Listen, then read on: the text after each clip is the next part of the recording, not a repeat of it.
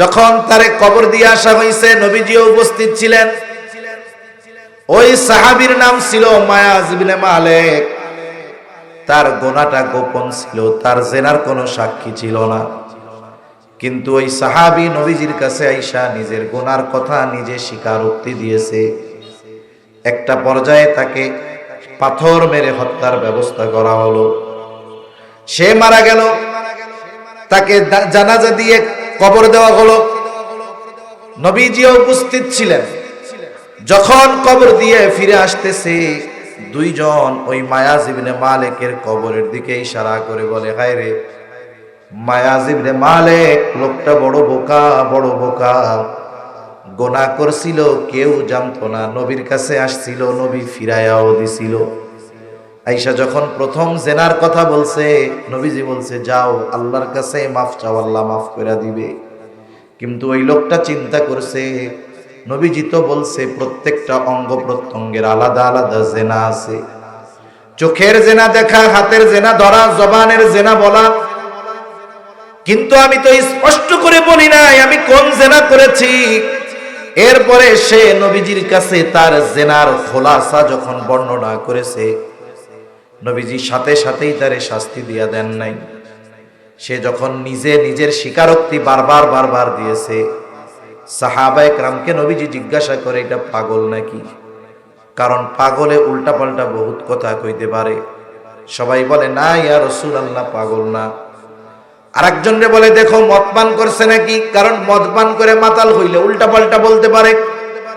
পরীক্ষা করা হলো না, মায়াজ ইবনে মালিক মাতাল নয়, স্বীকারোক্তি দিয়েছে, তার সুস্থতা প্রমাণিত হয়েছে। এবার তারে শাস্তি দেওয়া হয়েছে। ওই যে প্রথমে তো সুযোগ ছিল, নবী বলছে যাও আল্লাহ মাফ করে দিবে। ওই কথাটাই ওই দুইজন বলতেছে, দেখো নবীজি তাকে চলে যাওয়ার সুযোগ দিয়েছিল কিন্তু গেল না। এই বোকা নিজের জেনার কথা মানুষের সামনে নবীকে জানায়া দিল, পাথরের আঘাতে তো মরলো, সাথে সাথে সমাজের মানুষও জেনে গেল মায়াজ ইবনে মালিক একজন জেনাকার।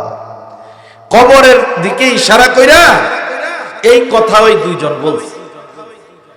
এই দুই ব্যক্তির কথা নবীজি সাল্লাল্লাহু আলাইহি ওয়াসাল্লাম শুনে ফেললেন। কিছু দূর অগ্রসর হবার পর মরুভূমির মধ্যে একটা গাধা মরে পড়ে আছে, ফুলে গেছে রোদের তীব্রতায়।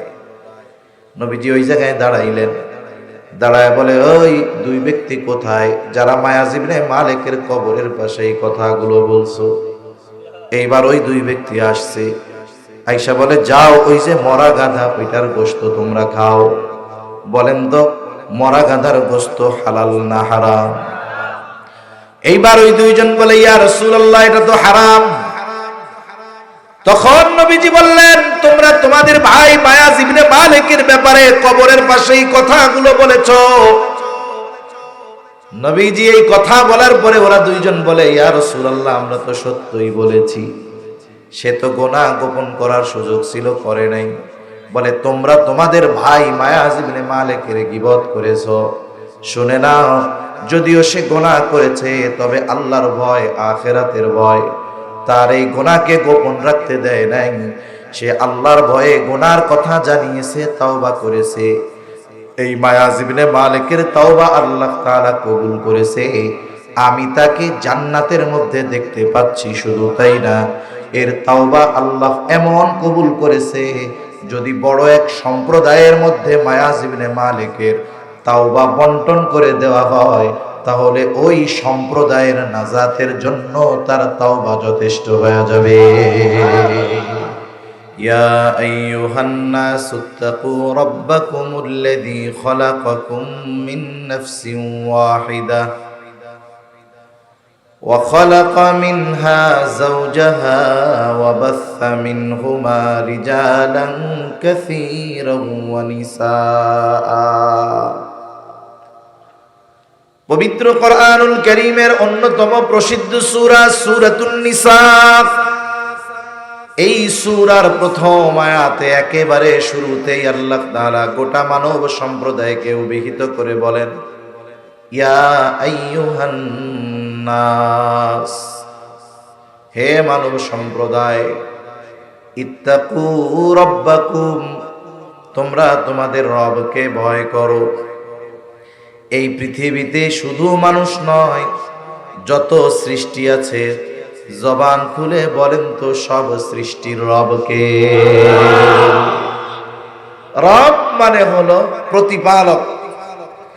আল্লাহ তাআলা শুধু ঈমানদারদের প্রতিপালন করেন তা না, আল্লাহ তাআলা এই পৃথিবীর সব সৃষ্টি, হোক সে মানুষ, মানুষের মধ্যে মুসলিম কিংবা অমুসলিম, অন্যান্য যত প্রাণী, সব প্রাণীর প্রতিপালনকারী কে? একটু জবান খুলে কর, আল্লাহ। মুসলিমের প্রতিপালনকারী রব আল্লাহ, অমুসলিম যে তার রব আল্লাহ। এজন্য গোটা মানব জাতির রব আল্লাহ। গোটা মানব জাতিকে উদ্দেশ্য করে তাকওয়া অর্জনের আদেশ দিচ্ছেন। এই জায়গায় তাকওয়া দ্বারা উদ্দেশ্য হলো ঈমান। তার মানে আল্লাহ তাআলা বলেন, হে মানব সম্প্রদায়, তোমরা তোমাদের রবের উপরে ঈমান আনো। তাহলে আল্লাহ তাআলা যখন মানব সম্প্রদায়কে উদ্দেশ্য করে, গোটা মানব জাতিকে উদ্দেশ্য করে তাকওয়ার আদেশ দেয়, এই জায়গায় তাকওয়া দ্বারা উদ্দেশ্য হলো ঈমান আনা। কিন্তু আল্লাহ তাআলা যখন ঈমানদারদেরকে উদ্দেশ্য করে তাকওয়া অর্জনের আদেশ দেন, এই জায়গায় তাকওয়া দ্বারা উদ্দেশ্য ঈমান নয়, বরং তাকওয়া দ্বারা উদ্দেশ্য অন্য কিছু। কারণ আমরা তো ঈমান আনছি আলহামদুলিল্লাহ, তাইলে আমাদের তাকওয়া অর্জনের আদেশ আল্লাহ তাআলা দিলেন কেন? তার মানে এই জায়গায় ঈমানদারদেরকে তাকওয়া অর্জনের আদেশ দিচ্ছেন আল্লাহ, এখানে উদ্দেশ্য ঈমান নয়, বরং এই জায়গায় উদ্দেশ্য হলো কি, এটা বোঝার আগে তাকওয়া শব্দের সর্বাধিক ব্যবহৃত অর্থগুলো আমাদের জানতে হবে। তাকওয়া শব্দের সর্বাধিক ব্যবহার হয় দুইটা অর্থে, বেশি ব্যবহার হয় দুইটা অর্থে। তাকওয়া শব্দের একটি অর্থ হলো ভয় করা। তার মানে আল্লাহ তাআলা বলতেছেন, বান্দা ঈমানদার তুমি আমারে ভয় করো। তাকওয়া শব্দের আরেক অর্থ হলো বেঁচে থাকা। কিসের থেকে? বলে পাপের থেকে। এখন আসেন, ভয় তো মানুষ মানুষকেও করে, মানুষ বিভিন্ন কারণে আরেকটা মানুষকে ভয় করে। তা আমরা আল্লাহ তাআলাকে যে ভয় করব, এই ভয়ের পদ্ধতিটা কেমন হবে? দুনিয়াতে একটা মানুষ আরেকটা মানুষকে ভয় করে সাধারণত দুই কারণে। কয় কারণে? জোরে বল।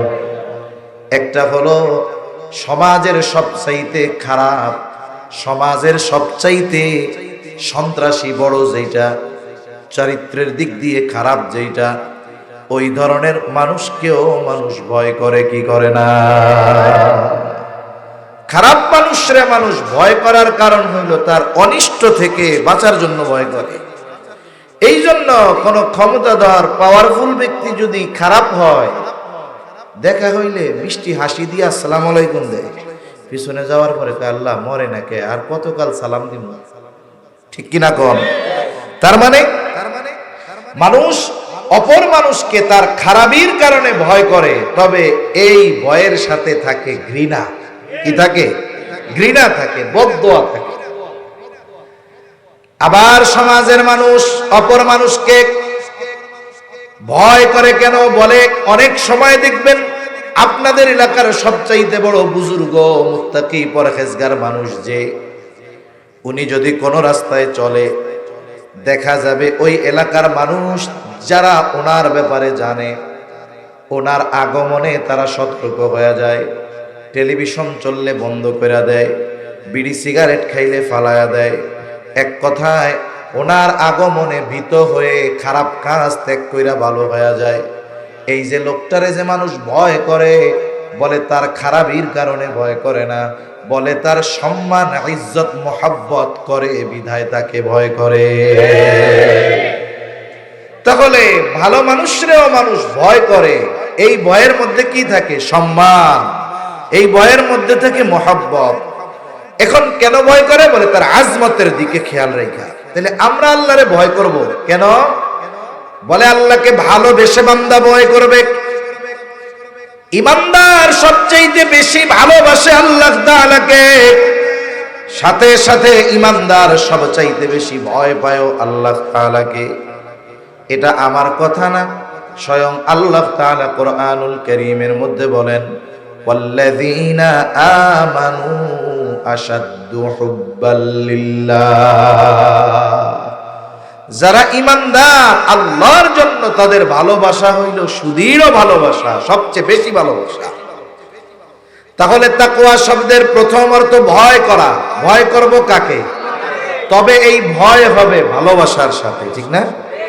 2 নাম্বার অর্থ বলে তাকওয়া শব্দের অর্থ বিরত থাকা, বেঁচে থাকা। কিসের থেকে? বলে আল্লাহ তাআলা যেই বিষয়গুলো মানা করেছে এই বিষয়গুলো থেকে বেঁচে থাকার নাম তাকওয়া। এইবার যদি তাকওয়া শব্দের পরিচয়টা একটু ব্যাখ্যা সহকারে দেওয়া হয়, কি হয় তাকওয়া কারে বলে?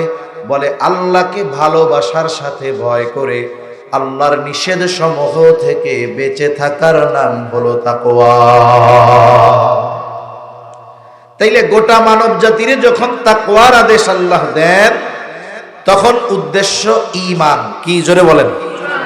ঈমানদাররে যখন তাকওয়ার আদেশ দেন তখন উদ্দেশ্য কি? যে ঈমানদার আমি আল্লাহকে ভালোবাসা ভয় তো করবি, সাথে সাথে আমার নিষেধগুলা থেকে বাইচাও করবি। আল্লাহ তাআলা এই নির্দেশ আমাদেরকে দিচ্ছেন এই তাকওয়া অর্জনের। তাকওয়া এখন অর্জন করবেন কেমনে? আমরা তাকওয়া অর্জন করব কেমনে? পবিত্র কোরআনুল কারীমের বৈশিষ্ট্যগুলোর মধ্যে একটি বৈশিষ্ট্য হলো আল্লাহ সুবহানাহু ওয়া তাআলা শুধু কোন বিষয়ের নির্দেশ দেন এমনটা নয়, বরং আল্লাহ তাআলা কোরআনুল কারীমে যত বিষয়ের আদেশ দিয়েছেন সব বিষয়গুলো বাস্তবায়ন করার পদ্ধতিও যিনি জানায়া দিলেন তিনি কে? মনে করেন আপনাদের এই তুষখালীর এক লোক জীবনে কোনোদিন ওই সরখালি পার হয় নাই, ওই মোড়ের থেকে বামেও যায় নাই, ফেরিঘাটের দিকেও যায় নাই, ডানে ওই দিকেও যায় নাই। ওই দিক কি ওর জানাও নাই। ওরে যদি আপনি সকালবেলা ওইটা কন, ওর কিন্তু এখন ঢাকা যাওয়া লাগবে, ও মনে করবে মরছি, আমার আর বাঁচার কোনো উপায় নাই। কেন? জীবনে ঢাকা যায় নাই। ও কবে আমি সরখালি জীবনে পার হইলাম না, আমার ঢাকা যাইতে কইতেছেন, আমার মরা ছাড়া কোনো পথ নাই। আর আপনি বললেন বেটা থাম, যাইতে কইছি যাবি, কেমনে যাবি? এখানে বাস চলে নাই। আপনি তারে কইলেন পাথরঘাটার থেকে বাস আসবে, আমি তোরে ওই মোড়ের থেকে উঠাইয়া দিব, উঠবি যে উঠবি আর নামবি না। একেবারে এই বাস সব শেষে যাইয়া যখন সব যাত্রী নাইমা যাবে, ওইখানে গিয়া অমকে আইসা তোরে নিয়ে যাবে।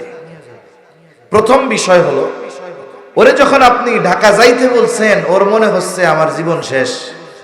যখন পদ্ধতি বইলা দিলেন তখন একটু সহজ লাগতেছে, ও আল্লাহ বাসে ওইটা বইলেই ঢাকা চলে যাওয়া যায়, এত সহজ। এরপরে দেখবেন যখন ওরে ওই জায়গার থেকে সুন্দর মতো বাস কাউন্টার থেকে নামায় নিয়ে গেছে বাসায়, ও ফোন দিয়া বলবে, ও কাকা ঢাকা আসা এত সহজ, এ তো আমি আগে জানতাম না, আমি তো ভাবছি কি না কি হবে। তার মানে একটা জিনিস আদেশ করার পর এটা যতটা কঠিন থাকে, ওই আদেশ বাস্তবায়নের পদ্ধতি বইলা দিলে ওইটা সহজ হয়ে যায়, ঠিক কিনা বলে? আল্লাহ তাআলা বান্দার প্রতি কত দয়ালু, কত মেহেরবান। আল্লাহ তাআলা শুধু বান্দাকে আদেশ করে তা নয়, ওই আদেশ বাস্তবায়নের পদ্ধতিও আল্লাহ বলে দেয়।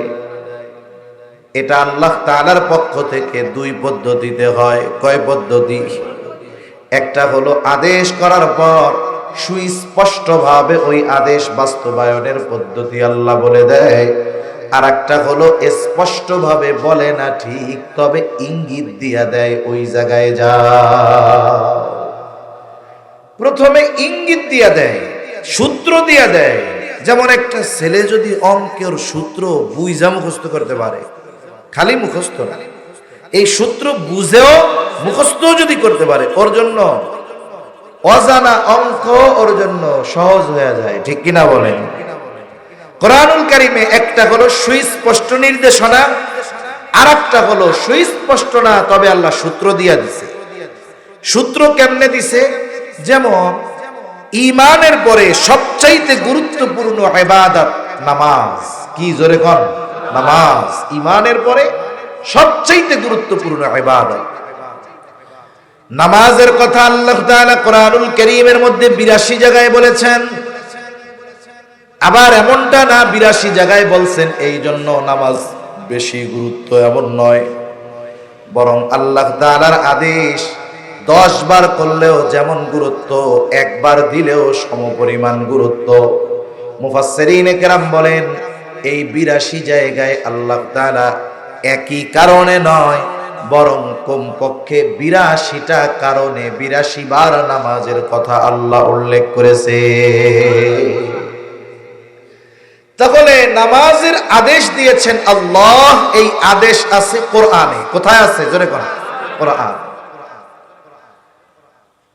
এখন যদি গোটা পৃথিবীর সব আলেমদেরকে দায়িত্ব দেওয়া হয়, নামাজের আদেশ আছে কোরআনে, তাইলে নামাজ যে আমরা পড়ি এই পদ্ধতিটাও কোরআন থেকে বের করে দাও। কিয়ামত পর্যন্ত যদি ওই আলেমদের হায়াত দেওয়া হয়, নবীর হাদিস বাদ দিয়া, নবীর সুন্নাত বাদ দিয়া শুধু কোরআন থেকে 2 রাকাত ফজরের নামাজ যেইভাবে পড়ি সব মাসালা বের করে দাও, কিয়ামত পর্যন্ত হায়াত যদি পায়, ফজরের 2 রাকাত সুন্নাতের পদ্ধতি শুধু কোরআন থেকে বের করতে পারবে না। অসম্ভব, এটা পারবে না। এজন্য আমাদের দেশে একটা গ্রুপ আছে, আপনাদের অঞ্চলে আছে নাকি জানি না, এটা নতুন নতুন আবিষ্কার হইতেছে। কত কিছু এ দেশে আবিষ্কার হয়, আরবি পড়তে পারে না দেখা এক লাইন আহলে হাদিস হয়ে যায়। আছে না নাই? আরেক গ্রুপ আসতেছে আহলে কোরআন, বলে হাদিস টাদিস মানি না, নাউজুবিল্লাহ, শুধু কোরআন মানি। নাউজুবিল্লাহ বলেন। কেউ যদি বলে যে শুধু কোরআন মানি, হাদিস মানি না, হাদিস মানে না মানে নবীজির কথা, কাজ, মৌন সম্মতি এগুলা বিশ্বাস করে না, তাহলে বলেন তো কোরআনটা নাজিল কি আল্লাহ কাগজে কলমে লেখা বই আকারে আমাদের কাছে পাঠাই দিছে? কোরআন আসছে কার মাধ্যমে? তাহলে সেই নবীর কথাকে অস্বীকার করা মানে, ওরা যদিও বলে আহলে কোরআন, ওরা অবশ্যই অবশ্যই আহলে কোরআন নয়, বরং ওরাও আহলে কোরআন তো নয়, বরং ওরা কোরআনও অস্বীকারকারী। কারণ কোরআন আল্লাহ তাআলা যেই নবীর কাছে পাঠাইছেন সেই নবীর কথা তারা বিশ্বাস করেন, আর নবীর হাদিস ছাড়া, সুন্নাহ ছাড়া কোরআনুল কারীমের ব্যাখ্যা বিশ্লেষণ বোঝা অসম্ভব, কোনদিন সম্ভব না। তাহলে নামাজের কথা আছে কোরআনে, নামাজের পদ্ধতি তো কোরআনে নাই। নামাজের আদেশ করেছেন আল্লাহ, নামাজের পদ্ধতি শিখিয়েছেন মুহাম্মাদুর রাসূলুল্লাহ সাল্লাল্লাহু আলাইহি ওয়াসাল্লাম। এই জন্য নবীজি বলেন সাল্লু কামা রাআইতুমুনি উসাল্লি। নামাজের আদেশ তো আল্লাহ দিলেন, কেমনে সাহাবায়ে কেরাম নামাজ পড়বে নবীজি জানায় দিলেন। টেনশন পেরেশানির কোনো কারণ নাই। আল্লাহর নবী বলেন আমাকে যেভাবে নামাজ পড়তে দেখো তোমরা সেইভাবেই নামাজ পড়ো। কারণ আল্লাহর আদেশ, আল্লাহর আনুগত্য বাস্তবায়ন হবে রাসূলের আনুগত্যের মাধ্যমে। রাসূলকে বাদ দিয়ে আল্লাহর আনুগত্য করবা, এটা শয়তান ছাড়া আর কেউ না, ঠিক কিনা বলেন? কোরআনুল কারীমে যত কিছু আছে, যেমন আল্লাহ তাআলা এক জায়গায় বলতেছে হে ঈমানদার আমার আনুগত্য করো। আমরা জিজ্ঞাসা করলাম আল্লাহ আপনার আনুগত্য কেমনে করব? আল্লাহ তাআলা বলেন মাইয়ুতি'ir রাসূলা ফাকাদ আতা আল্লাহ। যে আমার রাসূলের আনুগত্য করলো সে আমার আনুগত্য করলো। তার মানে আল্লাহর আদেশ বাস্তবায়ন যদি করতে হয়, আল্লাহর আদেশের আনুগত্য যদি করতে হয়, মুহাম্মাদুর রাসূলুল্লাহ সাল্লাল্লাহু আলাইহি ওয়াসাল্লাম ছাড়া সম্ভব না। কোরআনুল কারীমে আল্লাহর পক্ষ থেকে যত বিধিবিধান আছে, বিধিনিষেধ যত কিছু আছে, যেই আইনগুলো আছে, আল্লাহ তাআলা আমার আপনার নবী দুনিয়ায় থাকতে থাকতে ওইগুলারে প্র্যাকটিক্যাল নবীর দ্বারা বাস্তবায়ন করাইছেন। চুরি করলে হাত কাটতে হবে, এটার আমল, এটার যে আইন, এটা আল্লাহ নবীর দ্বারা বাস্তবায়ন করেছে। জেনা করলে পাথর মেরে নিক্ষেপ করতে হবে, এই শাস্তি তো ইমানদারদের, অন্য দেশের কাফেরের না। পাথর মেরে হত্যা করতে হবে, বলে আল্লাহ তাআলা আমার আপনার নবীর মাধ্যমে এটার বাস্তবায়ন ঘটাইছে। এখন যদি আল্লাহর ওই আইনের বাস্তবায়ন ঘটাইতে হয়, জেনা সংগঠিত হইতে হবে কাদের মাধ্যমে? ইমানদারদের মাধ্যমে। নবীর সময় যারা নবীকে ঈমান অবস্থায় দেখছে এরা তো সব সাহাবী, ঠিক না? এজন্য সাহাবায়ে কেরামের মধ্যে একটা দুইটা এই ধরনের ঘটনা আল্লাহ ঘটাইছেন। কেন ঘটানোর মাধ্যমে? এই যে আইন, এটার প্রাক্কায় দেওয়ার জন্য। এজন্য অনেক মানুষ না বুঝা সাহাবায়ে কেরামের সমালোচনা করে। সাহাবায়ে কেরামের মধ্যে দুই একজনের দ্বারা ঘটছে গুনাহ, কিন্তু বলেন তো এই গুনাহ গোপনে ঘটলেও এই গুনাহ কি তারা গোপন রাখছে? গোপন রাখে নাই, বরং নবীজির কাছে আইসা গুনার স্বীকৃতি দিয়া তাওবা করছে। ওই তাওবা আস্তাগফিরুল্লাহর তাওবা করে নাই। ওরাও জানে জেনার তাওবা হলো আমারে পাথর মাইরা মেরে ফেলবে যদি বিবাহিত হয়। নিজের সুনিশ্চিত মৃত্যু জানার পরেও নবীজির কাছে আইসা পাপের কথা নিজে স্বীকারোক্তি দিয়া সেই শাস্তি হাসি মুখে গ্রহণ করছে, তাওবা করছে। আল্লাহ তাদের তাওবাও কবুল করেছে, সুবহানাল্লাহ। এজন্য আমাদের দেশে কিছু ভাইও এরকম আছে, সাহাবায়ে কেরামকে সমালোচনার পাত্র বানায় নিছে। খবরদার, এটা কখনোই করা যাবে। এটা হয়তো আল্লাহ তাআলা আমার আপনার নবীর মাধ্যমে আল্লাহ প্রদত্ত আইনগুলো বাস্তবায়ন কিভাবে হবে এটা দেখানোর জন্য হয়তো তাদের দ্বারা এই ঘটনাগুলো আল্লাহ ঘটাইছে। তবে এই ঘটনার পরে তারা তাওবা করে নাই তা না, বরং খালেস তাওবা করছে। তাদের তাওবা আল্লাহ এমন কবুল করছে, এক সাহাবী জিনা করছে, তারে পাথর মেরে হত্যা করা হয়েছে। যখন তারে কবর দিয়ে আসা হয়েছে, নবীজিও উপস্থিত ছিলেন। ওই সাহাবীর নাম ছিল মায়াজ ইবনে মালিক। তার গুনাহটা গোপন ছিল, তার জিনার কোনো সাক্ষী ছিল না। কিন্তু ওই সাহাবী নবীজির কাছে আইসা নিজের গুনার কথা নিজে স্বীকারোক্তি দিয়েছে। একটা পর্যায়ে তাকে পাথর মেরে হত্যার ব্যবস্থা করা হলো। সে মারা গেল, তাকে জানাজা দিয়ে কবর দেওয়া হলো। নবীজিও উপস্থিত ছিলেন। যখন কবর দিয়ে ফিরে আসতেছে, দুইজন ওই মায়াজ ইবনে মালিকের কবরের দিকে ইশারা করে বলে, হায় রে মায়াজ ইবনে মালিক, লোকটা বড় বোকা, বড় বোকা। গুনাহ করছিল, কেউ জানতো না। নবীর কাছে আসছিল, নবী ফিরায়াও দিছিল। আয়েশা যখন প্রথম জেনার কথা বলছে, নবীজি বলছে যাও আল্লাহর কাছে মাফ চাও, আল্লাহ মাফ করে দিবে।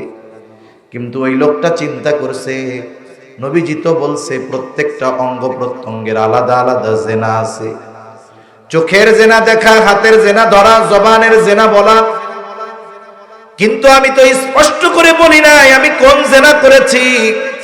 এরপরে সে নবীজির কাছে তার জেনার খোলাসা যখন বর্ণনা করেছে, নবীজি সাথে সাথেই তারে শাস্তি দিয়া দেন নাই। সে যখন নিজের স্বীকারোক্তি বারবার দিয়েছে, সাহাবায়ে কেরামকে নবীজি জিজ্ঞাসা করে এটা পাগল নাকি? কারণ পাগলে উল্টাপাল্টা বহুত কথা কইতে পারে। সবাই বলে না ইয়া রাসূলুল্লাহ, পাগল না। আরেকজনরে বলে দেখো মদ পান করছে নাকি? কারণ মদ পান করে মাতাল হইলে উল্টাপাল্টা বলতে পারে। পরীক্ষা করা হলো না, মায়াজ ইবনে মালিক মাতাল নয়, স্বীকারোক্তি দিয়েছে, তার সুস্থতা প্রমাণিত হয়েছে।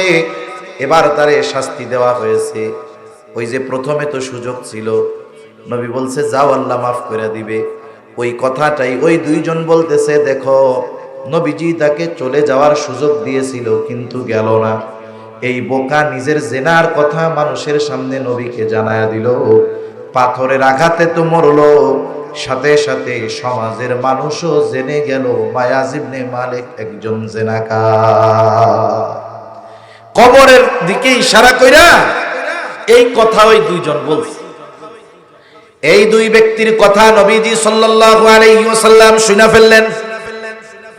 কিছু দূর অগ্রসর হবার পর মরুভূমির মধ্যে একটা গাধা মরে পড়ে আছে, ফুলে গেছে রোদের তীব্রতায়।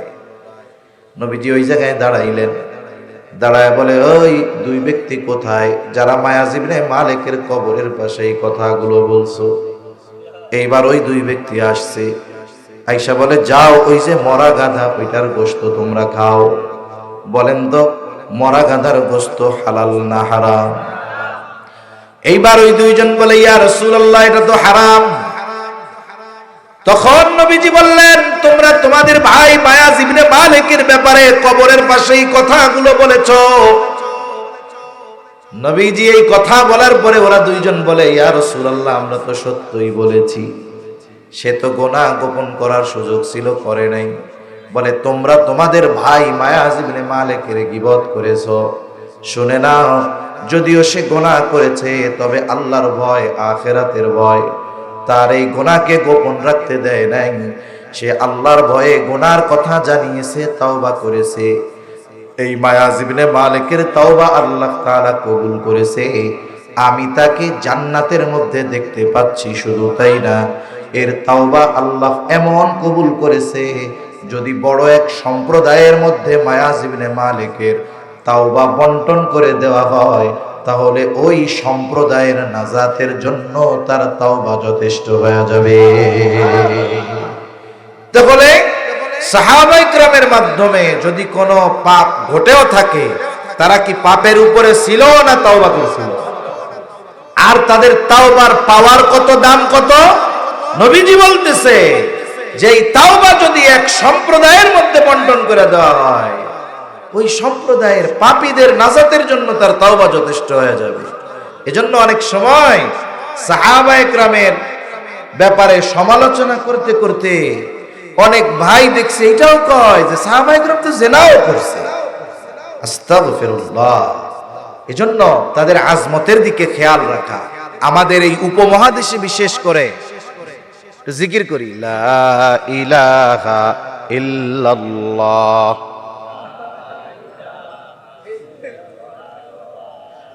লা ইলাহা ইল্লাল্লাহ, লা ইলাহা ইল্লাল্লাহ, লা ইলাহা,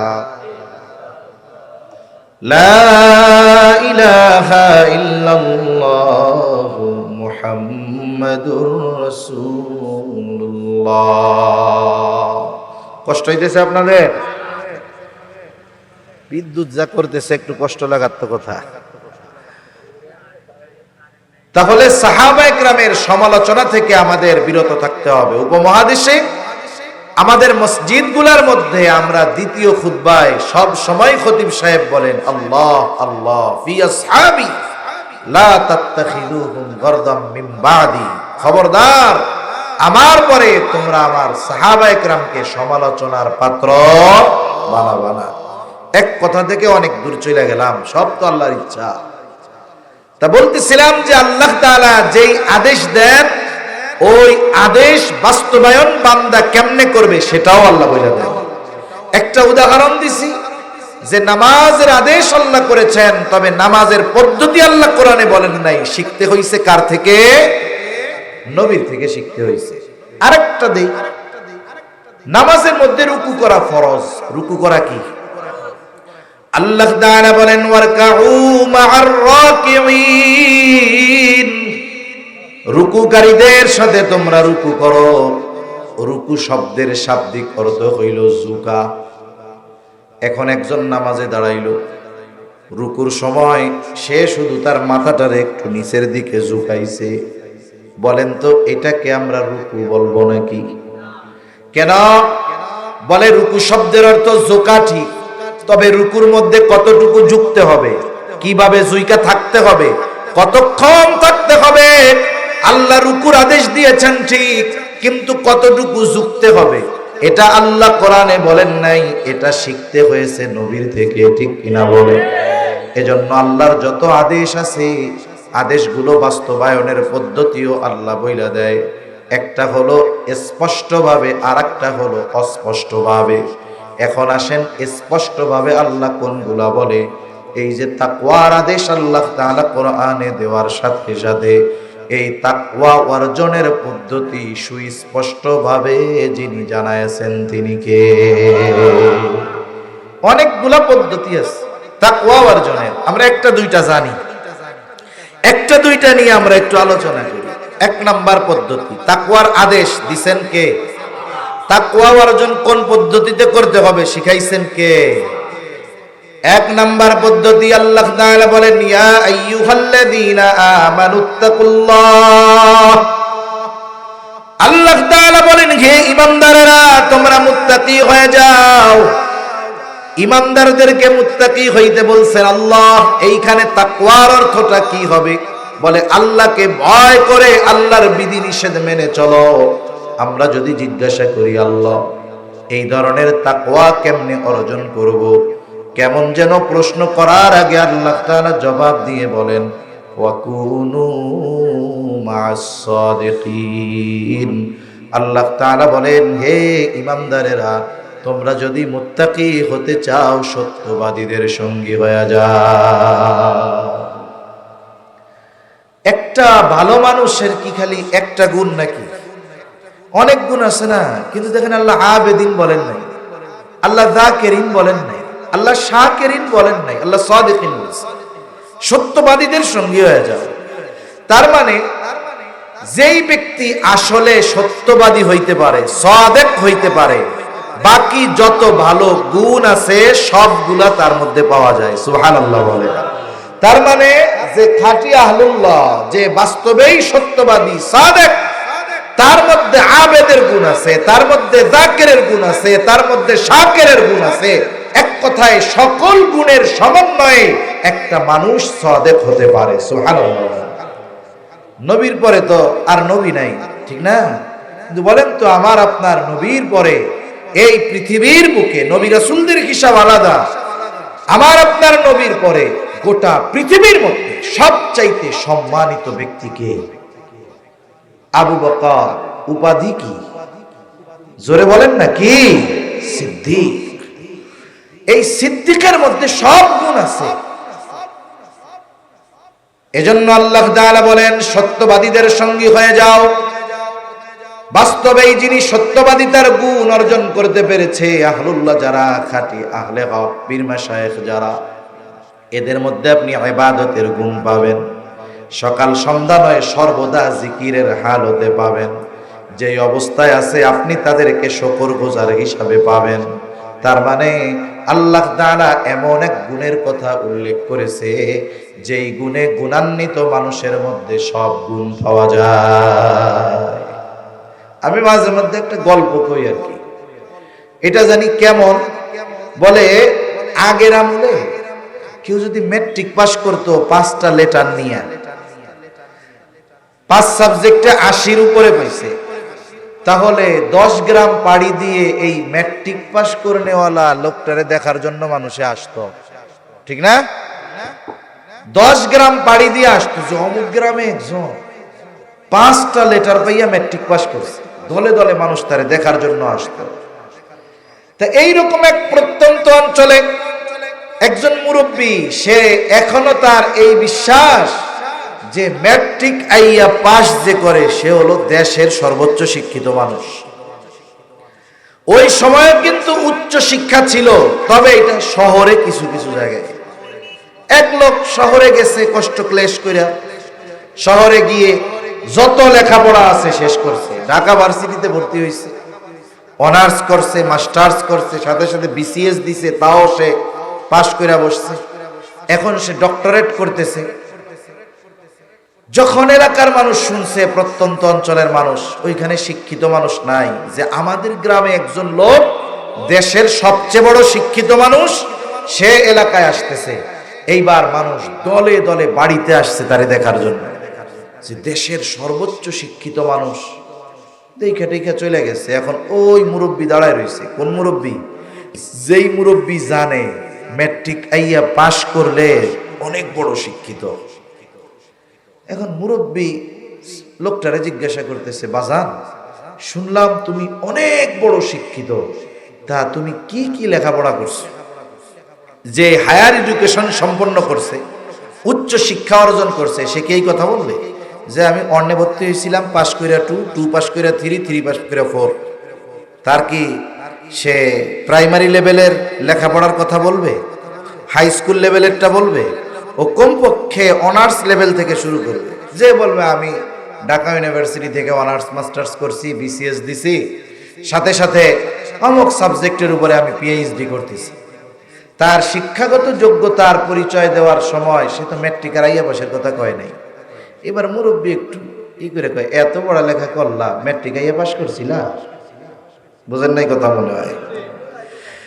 এখন বলেন তো, যেই লোক মাস্টার্স কমপ্লিট করছে সে যদি ম্যাট্রিক আইয়া পাস না করতো, তাইলে ওই পর্যন্ত যাওয়ার যোগ্যতা তার হইতো নাকি? তার মানে কি, যিনি বিএ পাস করছে, এমএ পাস করছে, বাকি নিচের সব সার্টিফিকেট তার থৈলার মধ্যে আছে, ঠিক কিনা বলেন? বলে যে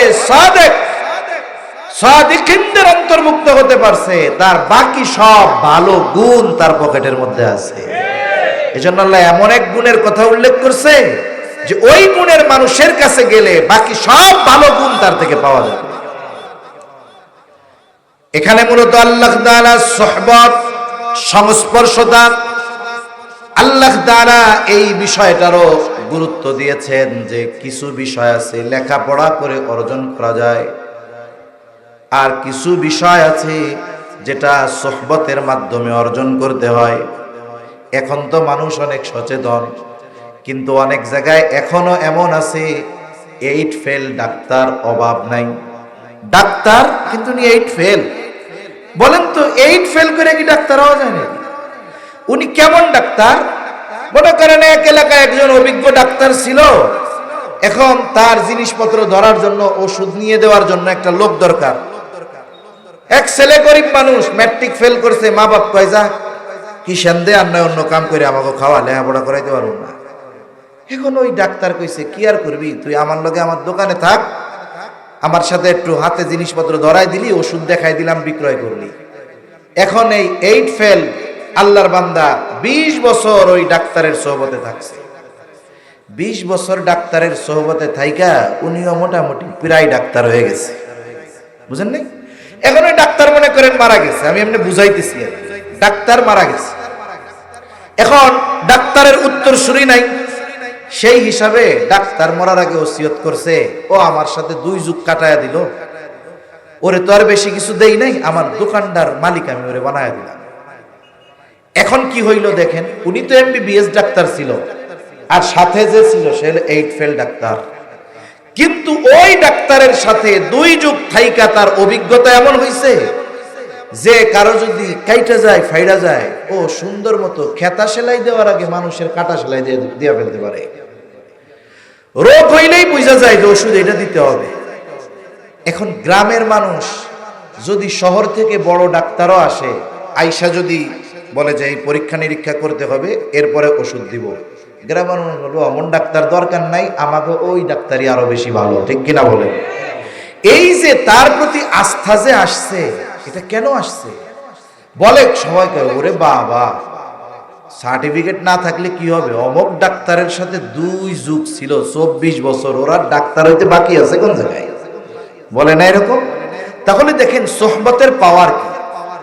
এই বাংলাদেশে যদি সর্বোচ্চ নম্বর পেয়ে একটা ছেলে এমবিবিএস কমপ্লিট করে, এরপরে যদি সে চায় যে আমি বাজারে এবার রোগী দেখা শুরু করব, বলে এ সুযোগ তার নাই। এমবিবিএস কমপ্লিট করার পরে একজন বিজ্ঞ ডাক্তারের সাথে তার থাকা লাগে, কারো 1.5 বছর লাগে, কারো 2 বছর লাগে, কারো 3 বছরও লাগে। ওই অভিজ্ঞ ডাক্তার, এটার ইন্টার্নি বলে, প্র্যাকটিক্যাল শিক্ষা। ওই ইন্টার্নি কমপ্লিট হওয়ার পরে ওই বিজ্ঞ ডাক্তার যদি এখন মনে করেন যে না, এর রোগী দেখার অনুমতি দেওয়া যাইতে পারে, উনি সার্টিফিকেট দেয় যে হ্যাঁ, এর যে প্র্যাকটিক্যাল হাতে কলমে যে শিক্ষা, ওর ইন্টার্নি কমপ্লিট হয়েছে, এখন থেকে ও রোগী দেখতে পারে, তার মানে পুঁথিগত বিদ্যা। এটার পরেও একজন ছাত্র যত মেধাবী হোক, ওকে একজন ডাক্তারের সোহবতে থাকা লাগে। এরপরে তার মধ্যে ওই শিক্ষার প্রভাব পড়ে। তার মানে দেখুন, জীবনের প্রতিটা ক্ষেত্রে, সর্বক্ষেত্রে, ভালো দিক হোক আর মন্দ দিক হোক, সোহবতের প্রভাব আছে না নাই? এজন্য আমাদের যদি জীবন ভালো করতে হয়, বলে আমার চাইতে যে ভালো, আমি যদি তার সাহচর্যে যাই, তার সোহবতে যাই, তার ভালো গুণগুলা আমার মধ্যে আসবে। আবার আমার চাইতে যে খারাপ, আমি যদি তার সাথে যাই, বলে আমার ভালো গুণ ওর সাথে থাকার কারণে কমবে। এই জন্য আমি আপনি যদি মুত্তাকি হতে চাই, আল্লাহ তাআলার নির্দেশ সমূহের মধ্যে অন্যতম নির্দেশ হলো যে আমাদেরকে সত্যবাদী তথা মুত্তাকি পরহেজগার যারা, তাদের সঙ্গ গ্রহণ করতে হবে। 2 নাম্বার পদ্ধতি আল্লাহ তাআলা কোরআনুল কারীমের মধ্যে বলেন, ইয়া আইয়ুহাল্লাযীনা আমানুত্তাকুল্লাহ। আল্লাহ তাআলা আদেশ দিলেন, হে ঈমানদারেরা, তোমরা মুত্তাকি হয়ে যাও। ঈমানদারদেরকে মুত্তাকি হওয়ার আদেশ দিলেন আল্লাহ তাআলা। আমরা জিজ্ঞাসা করলাম, আল্লাহ কেমনে মুত্তাকি হব?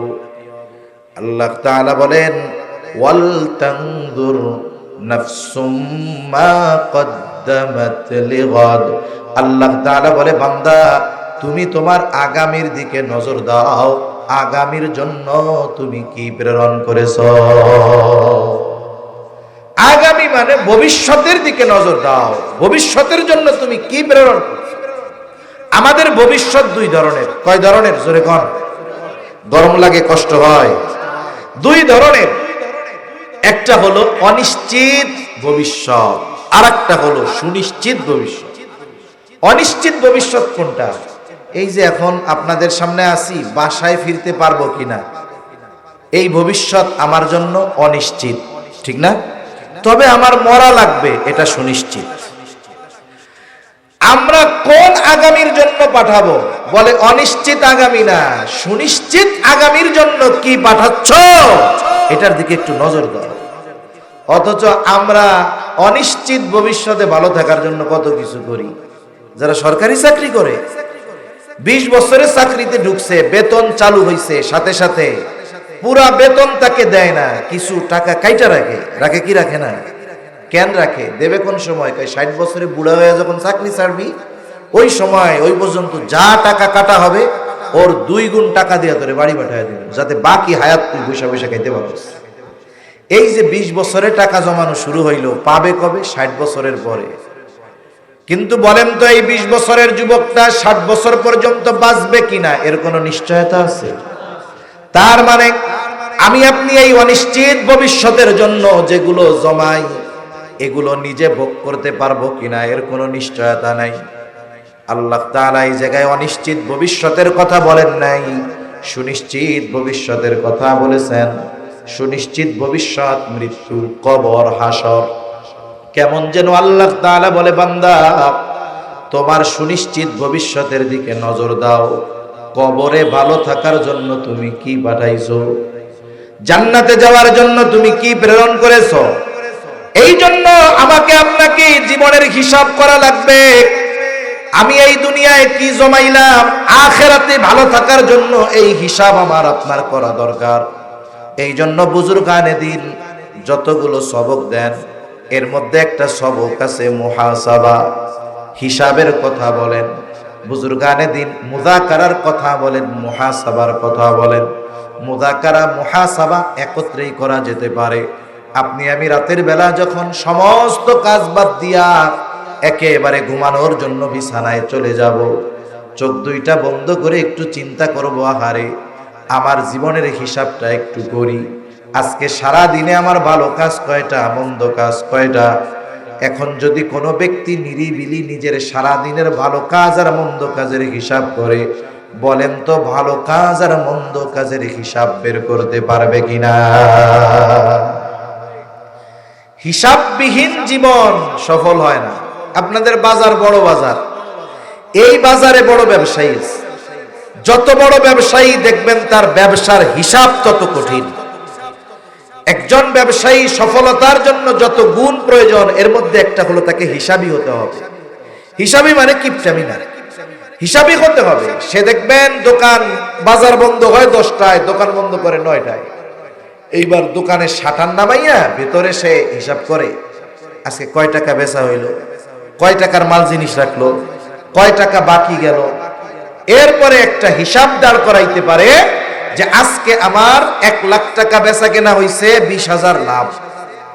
বাকির খাতা টান দিয়া দেখে বাকি গেছে 30,000। 1,00,000 বিক্রয় করলে লাভ হয় কত, বাকি গেছে কত, কত? আজকের লাভ তার পকেটে না পাবলিকের পকেটে? এইভাবে যদি 6 মাস ব্যবসা চলে, ব্যবসা থাকবে না লালবাতি জ্বলবে? এইবার ওই ব্যবসায়ী হিসাব করে আমি যদি নগদ 50,000 বেশি 10,000 লাভ হবে, বাকি 1,00,000 বেচা এর মধ্যে 30,000 বাকি যদি দেই, আসলও থাকলো না, মূলধন থেকে আরো 10,000 গেল গা। এখন হিসাব করে তার কর্মচারীদের কি কয়, এই আগামীকালকে যদি আমার আব্বাও বাকি চায় 1 টাকা বাকি দিবি না, বেচা কেনা যা হবে নগদ। এখন দেখুন এই যে হিসাবের কারণে কি হইল, হিসাবের কারণে সে আগামীকাল তার ব্যবসা কেমনে পরিচালনা করবে এই সিদ্ধান্তে সে উপনীত হইতে পারবে। এজন্য যেই মানুষগুলো রাতের বেলায় নিজের জীবনের হিসাব করে, আমলের হিসাব করে, বলে এই মানুষগুলো আগামী দিন কিভাবে তার চলা উচিত এর একটা নির্দেশনা পাওয়া যায়। মনে করেন এক আল্লাহর বান্দা রাতের বেলা বিছানায় মাথা লাগায়া হিসাব করতেছে আজকে গুনাহ কত, সওয়াব কত। হিসাবের পরে দেখা গেল তার গুনাহ বেশি, সওয়াব কম। স্বাভাবিকভাবে মানুষ একা একা যখন থাকে যেই বিষয়গুলো চিন্তা করে সেইটার প্রভাব তার উপরে পড়ে। এখন একা একা অন্ধকার ঘরে তার মধ্যে ভয় ঢুকছে, আরে আজকে তো গুনাহ বেশি, সওয়াব কম। আমার যদি বিগত হায়াতে, পেছনের হায়াতের সব হিসাব একরকম হয়, গুনাহ বেশি সওয়াব কম, তাইলে তো আর কিয়ামতের ময়দানে আমার জান্নাতে যাওয়ার কোনো উপায় থাকবে না। এই যে তার মধ্যে একটা চিন্তা ঢুকছে যে আমার যদি গোটা হায়াতের হিসাব এরকম হয়, গুনাহ বেশি সওয়াব কম, আর আজকে রাত যদি আমার জীবনের শেষ রাত হয়ে যায়, তাইলে আমার তো আর বাঁচার উপায় নাই। এখন দেখবেন ওর মধ্যে তাওবার আগ্রহ জাগবে। ও কমপক্ষে দুনিয়ার কেউ না জানলেও ও একাকী আল্লাহর কাছে বলবে, আল্লাহ আমার গুনার খবর আপনি ছাড়া কেউ জানে না, আমারে মাফ করে দেন। এই যে খালেস তওবা, এই যে 5 মিনিটের হিসাব তার জীবন পরিবর্তনের কারণ হয়ে যাইতে পারে কি পারে না? এজন্য আল্লাহ তাআলা বলেন, ওয়াল তানজুর নাফসুম মা কদ্দামাত লিগাদ।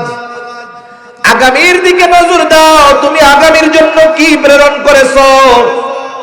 এজন্য আমাকে আপনাকেও প্রতিদিন হিসাব করতে হবে যে আজকে আমার গুনাহ কত, সওয়াব কত।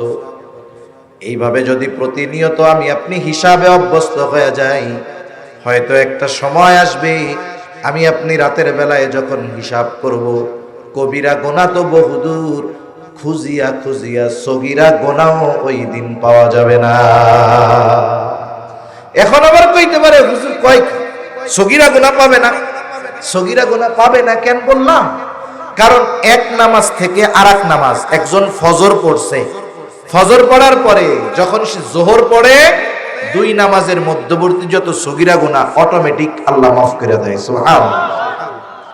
এই আল্লাহর বান্দা তো আর টেলিভিশন দেখবে না, এই আল্লাহর এই ওয়াজ নাই যেই ওয়াজের মধ্যে নবীজি তাকওয়ার কথা বলেন না। নবীজি যখনই খুতবা দিতেন, সাহাবায়ে কেরামের সামনে বয়ান করতেন, সব বয়ানে, সব খুতবায় নবীজি তাকওয়ার কথা বলতেন।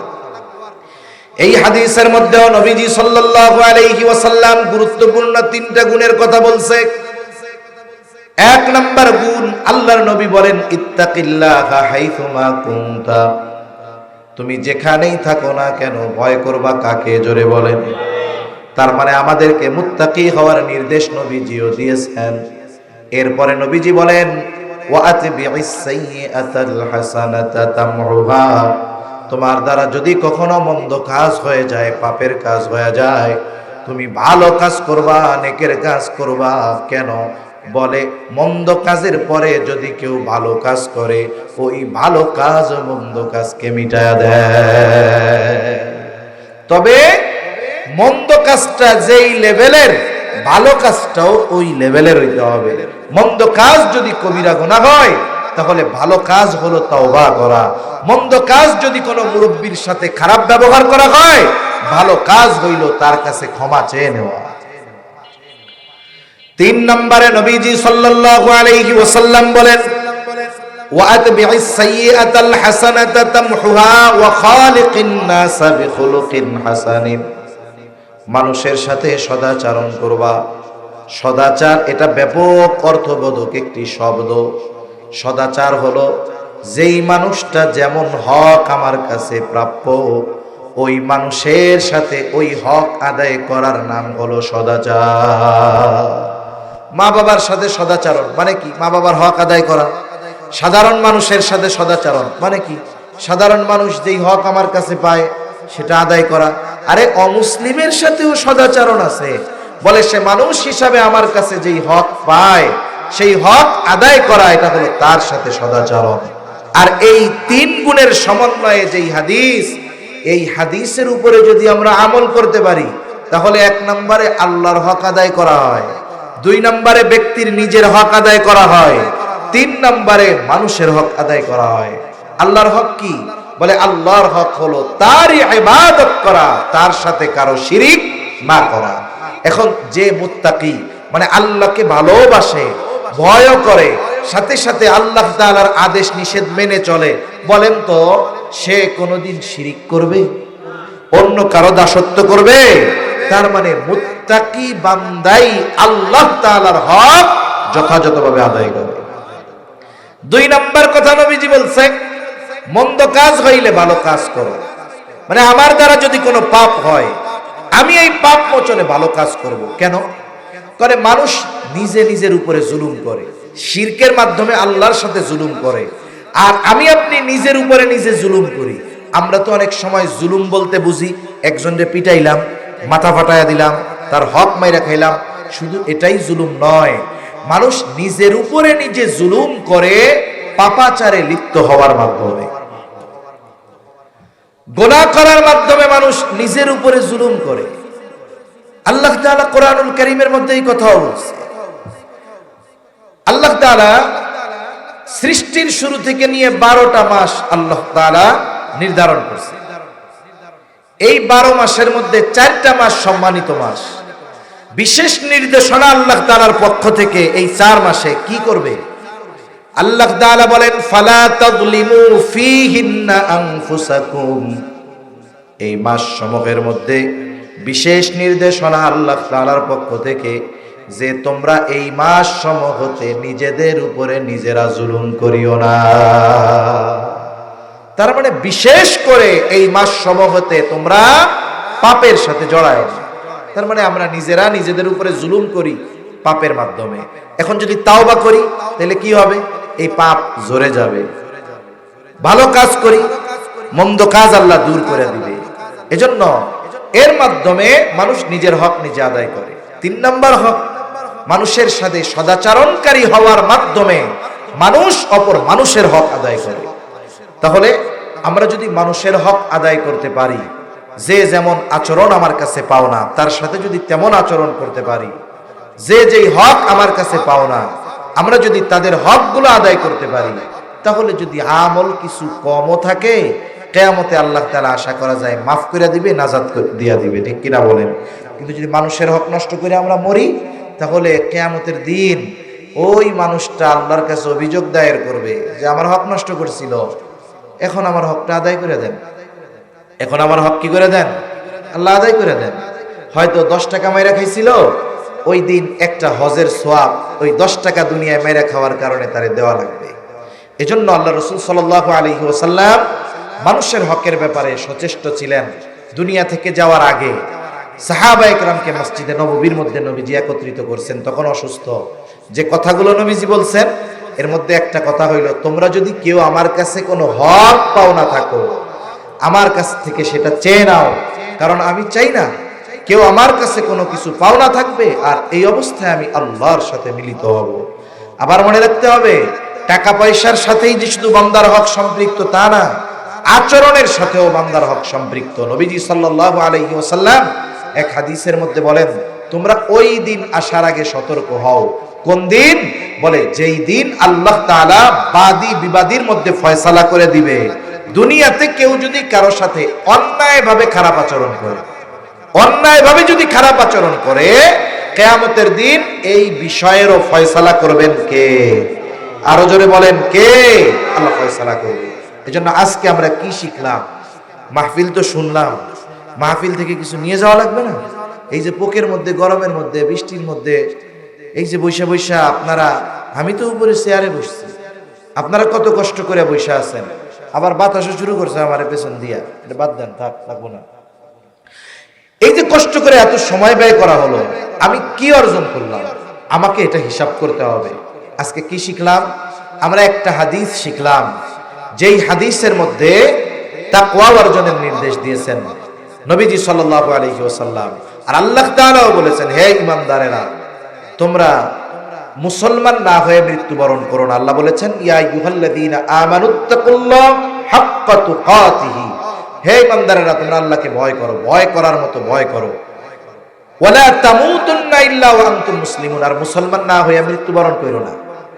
মুসলমানি দিলেই সে মুসলমান না, বুঝলেন? মুসলমানি ছিলেন তো, ওইটা দিলেই মুসলমানি না। এখন অনেক অমুসলিমরা ওইটা কেটে ফেলে, তাই বলে কি সে মুসলমান হয়ে যাইব? গরুর গোশত খাইলেই মুসলমান না। প্রকৃত মুসলমান কে হবে? একটার পর একটা কথা আল্লাহর পক্ষ থেকে, যে আল্লাহকে যথাযথভাবে ভয় করে, আল্লাহর নিষেধ আদেশ অমান্য করে, এই ব্যক্তি আসলে মুসলমান হয়। এজন্য আল্লাহ বললেন যে মুসলমান না হয়ে মইরো না। তার মানে কি? যে নিজের সব কিছুকে আল্লাহর সামনে সঁপে দেয়, আল্লাহর বিধিনিষেধ মেনে চলে, এই ব্যক্তি মুত্তাকি। আর মুত্তাকি মাত্রই প্রকৃত মুসলমান হতে পারে। সাথে সাথে আল্লাহর হকের বিষয়ে শিখলাম, নিজের হকের ব্যাপারে জানলাম, সাথে সাথে মানুষের সাথে সদাচরণের মাধ্যমে মানুষের হক আদায় করতে হয়, এটা আমরা জানলাম। আল্লাহ তাআলা কথাগুলোর উপরে আমল করার তৌফিক দান করেন, আমিন।